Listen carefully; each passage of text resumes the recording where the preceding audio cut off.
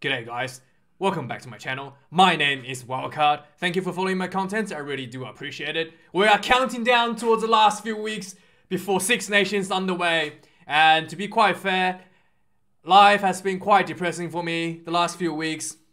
Especially last week, it's been pretty bad. There's a lot of, virus going around, and everybody I know has got the Rona. So yeah, feeling a bit depressed. But if you are feeling depressed, guys, make sure you talk to somebody. Don't just bottle it in.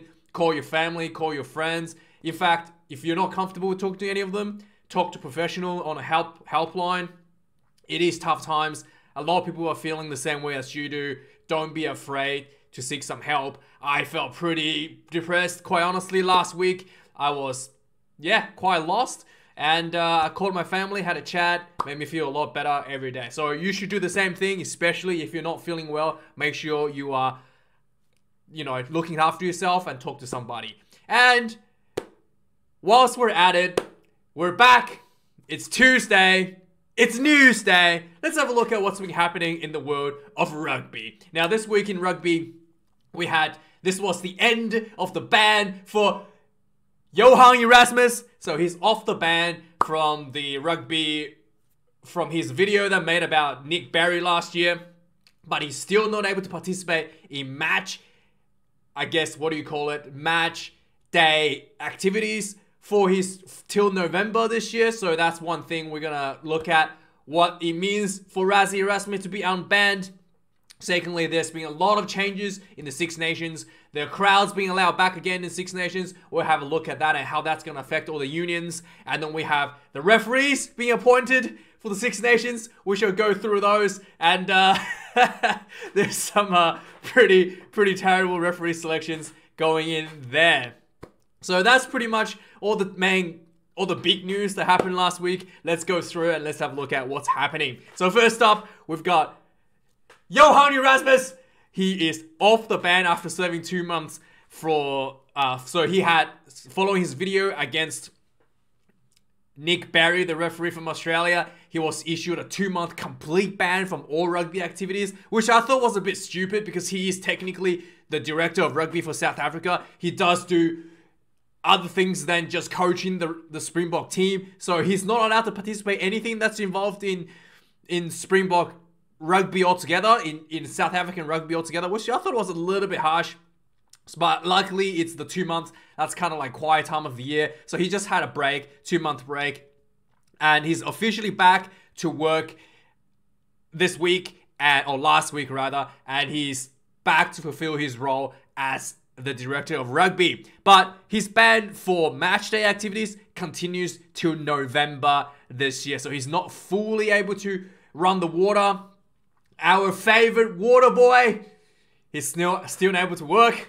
Still not allowed to work until November this year. According to his daughters, he's been just running around the house with his dog Frank, who's been quite famous now. And apparently he's been just living every day like it's the weekend. And they need to get some appropriate clothing for him before he can get back to work. But yeah, he's back. He is off his ban, and yes, he shall get back to work immediately.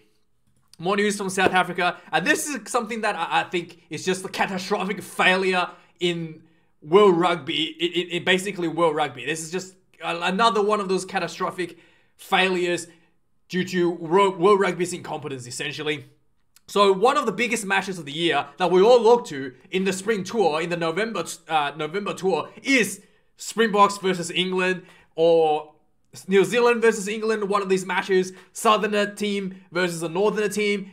Big game, big box sellout at Twickenham. And with these games, you should allow everyone to play. But World Rugby has failed once again, as the match against England at Twickenham on the 26th of November 2022 falls outside of the so-called international test period. So the club rugby has priority over the players, and as a result, a lot of the English players and French-based players are not able to participate in literally one of the biggest matches of the year as a result of the scheduling failures from World Rugby. And sure enough, Springboks also have these issues because a lot of their players do play in England and they do play in the French league, and they won't have access. They won't have access to those players unless they have a prior agreement. So, as a result, the Springboks has come up already this is January, stating that for this match they're going to be selecting exclusively for the Springbok for South African local-based players as a reward for their loyalty to the country, to the franchise based locally in the South Africa. And also Eddie Jones is going to be having issues selecting his team as well, as he is also not going to be expecting to select the full string team in this match. What a shame. This is literally one of the biggest matches in the world, and we're not going to be able to see and England is probably a favorite to win the Six Nations again, so we could literally see the winner of the Six Nations versus the winner of the Rugby Championship later this from the Springboks not play in full strength teams. Very, very disappointing. Again, catastrophic failure from World Rugby, and we have to call that out. A bit more news from South Africa. Pieter-Steph du Toit, probably the best number 6, you might call it. Blindside flanker. He's actually number 7. He's blindside flanker / lock in the world. One of the more utility second rowers for the Springbok team. And he was injured, I think, in the Lions tour, in the second test of Lions test maybe. And he has been out all year 2021. He's back, making his, on the weekend, playing in Japanese, what do they call it, one league debut for the Toyota Verblitz. So du Toit is back, a huge name for the Springbok side. And good to see him back and fully recovered. And now moving on to the Six Nations. So the referees has been appointed for Six Nations. I have to say, there are some pretty interesting selections here. And yeah, let me know what you think, but let's go through them. So round 1, Ireland, Wales, Jaco Paper from South Africa. He's okay. Ben O'Keefe, New Zealand, Scotland, England. He's good. He's the best referee in New Zealand, so I think he's okay. He also refereed the second Lions Test tour in this year, so he's very good. And Nico referee. We'll just look at main one. And France was easily Mike Adamson. How did they pick him to referee Six Nations? I don't understand. Mike Adamson is the Scottish referee that was involved in that horrendous catastrophe between Australia and Wales in the November International Test Series. Okay, he was the referee on the field. Horrendous, and he's now an official Six Nations referee. Mike Adams, unbelievable, right? In round 2, Nick Berry. It's okay. It's South Africa is not involved in this game, so you don't have to yell at this, okay? Nick Berry, it's gonna be referee. Wales versus Scotland. To be honest, I have to back my boy Nick. He is not that bad of a referee. It's just the way he's taught in Australia in Super Rugby that leads him to like ignore some of the smaller issues in the field. That's just the way that Australian rugby, Rugby Australia, kind of puts the expectation on the referees, because they want the game to be, you know, without they don't want the referee to be involved in the match. That's the way the Australian rugby teaches them. It's not really because Nick Berry is that bad in particular. I think he knows his stuff, but it's the way he's taught. I'm sure he can correct that. Hopefully, this will be a good big game for him to show that he's learned and improved. Wales against Scotland. Angus Gardner. I think Angus is the best referee in Australia. Angus Gardner. France versus Ireland. Huge game. Stade de France. Italy versus England. Damon Murphy. He's okay. He's not that bad. But this whole round 2 is all Aussie referees. Damon Murphy. He's okay. I'm gonna give him. I'm giving him a chance. He's definitely learning and improving. Let's just say that. Round 3. Oh, this is a shocker. Scotland versus France. Carl Dickinson. I don't know who that is. It's England referee. I don't really know who that is. But England versus Wales at Twickenham. Mike Adamson. Oh God! It's Wales is involved. Mike Adamson is involved. Oh God, Twickenham, England. Oh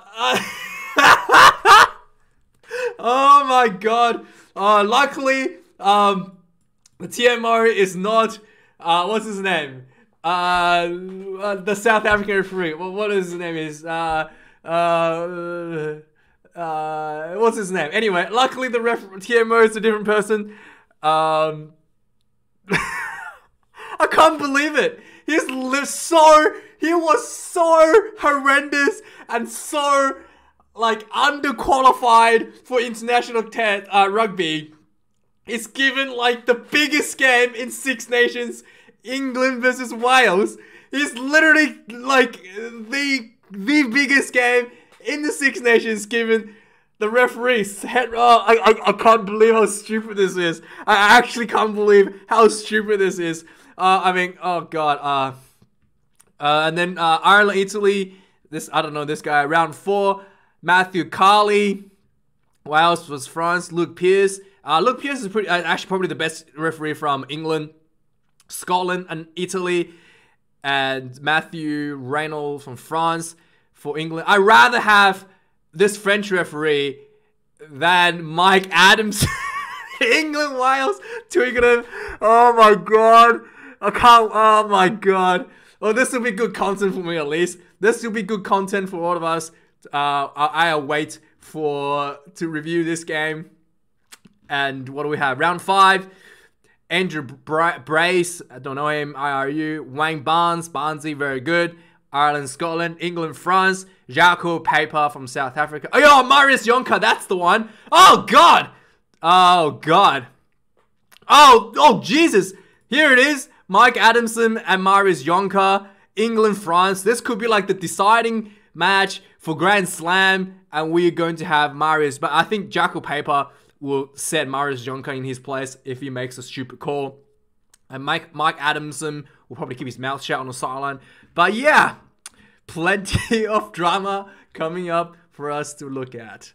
And then we have some monumental news. Fiji and Jura is set to play their first historic home match against the Highlanders in Fiji. And this will be the only match they're going to be playing in Fiji due to the restrictions, because the rest of the season they will be played in Australia. They'll be based in Australia essentially, and their only home game was originally scheduled to play against the Waratahs on the 7th of April, but due to restrictions that wasn't going to happen, so they have pushed that one and only home game to April 30th against the Highlanders. And this game also is not completely set in stone as reported, because they really need to sell out the stadium to make this a viable venture. So if the rules still does not allow us full spectators to attend on the stadium, so if there's restrictions, this match will be potentially postponed or cancelled essentially. So they basically need to have a full stadium to make hosting such a game financially viable in Fiji. So this is something that we need to look out for the game. But hopefully this will be a historical match. Fiji and Jura against the Highlanders. There had been Super Rugby games played in Fiji before. I'm pretty sure the Crusaders played. I think the Chiefs in. Might not be the Crusaders. Might be the Highlanders versus the Chiefs or Crusaders. Which it was a really really good game. I think there was a massive upset I saw by the Chief against the Crusaders. I think it was Crusaders. Let me know. I think this was like 2017 or something. I can't remember exactly, but there was a gameplay there. It was a very very good match to watch.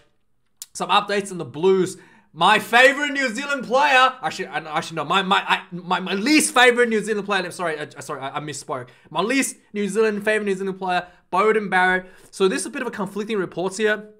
First up, Beauden Barrett is saying that he's still suffering from the concussion issues 2 months later following the Irish game where he was taken off the field. So it sounds very very serious for Beauden. He's mentioned himself that he still feels what do they call it? Ongoing issues. I think he's talked about. Yeah, so he still talks about like ongoing issues. It's 2 months after that's a head knock, and it didn't really look like that bad of a head knock. It was just like, it's a head knock. It's not really like he didn't get knocked out or anything.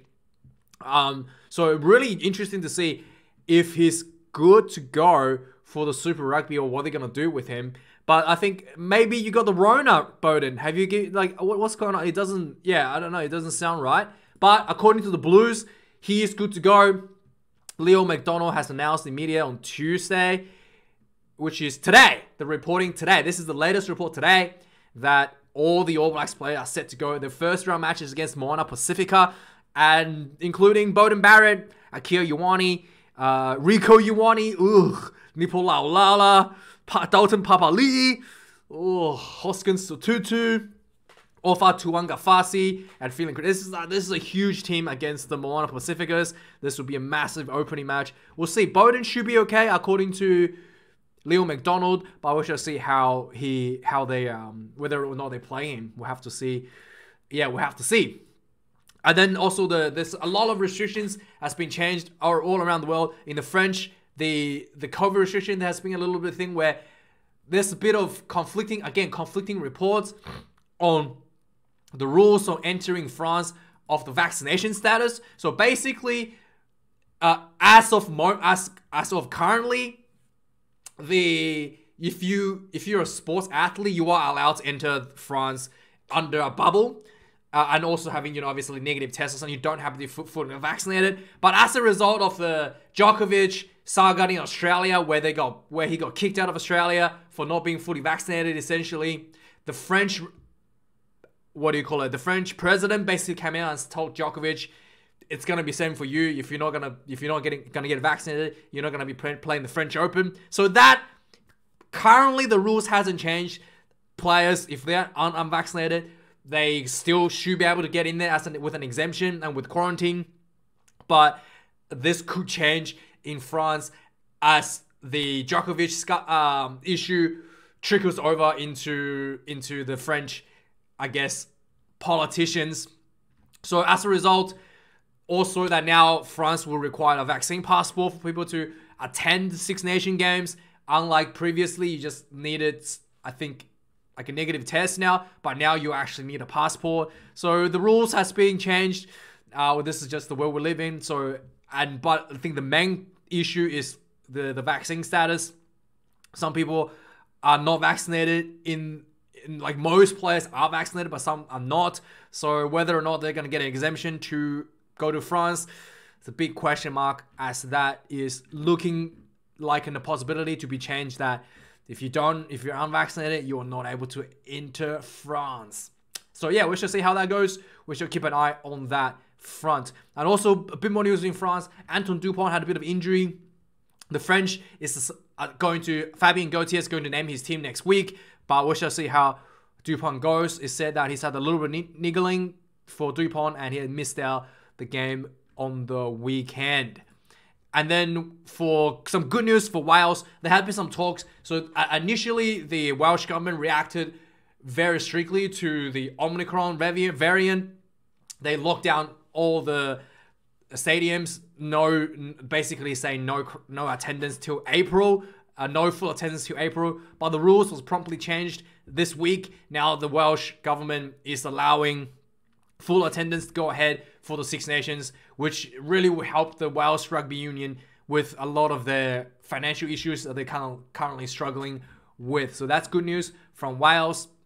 They were actually talking about having games in England just to make sure they have people attending, able to attend the matches to,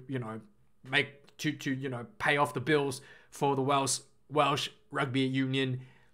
For the union for the governing body, essentially. So same thing happened in Murrayfield for the Scottish side. They're gonna allow full capacity crowds in Murrayfield to kick off the Six Nations on February 5th, which is really, really good against England. This will be a absolutely cracking match, as Scotland visited England last year and they beat England at Twickenham, first time 38 years. So this will be a huge, huge, huge match for the England side, and cannot be happier to see crowd in this match. Italy has named their Six Nations side. If you're interested, you can go have a look. The link is in the description. But this is the side that's being announced. And finally, Izzy Folau lost his second game return game to Rugby Union. Last week he had a really stellar performance against the Suntory Sungoliath, I think they're called. But anyway, this week they lost to the Shining Arcs. This week they were defeated by the Kabuto Spears. His team is the Shining Arcs. So yeah, Israel Folau, there was a lot of hype last week of his scoring tries. I think 2 tries last week. But this week he's not able to score any tries. And his team fell behind. Anyway, guys, let me know your thoughts this week. Let me know your thoughts about the referee selections. Thank you for watching this video. Take care of yourselves. Please, please, please, please make sure you talk to somebody if you are feeling depressed, as I did last week. It was pretty horrible for me. And yeah, if you are feeling unwell, especially if you have a fever, make sure you talk to somebody. Don't be afraid to pick up the phone. Thank you guys for watching this video. Take care of yourselves. I'll see you guys later this week. Cheers.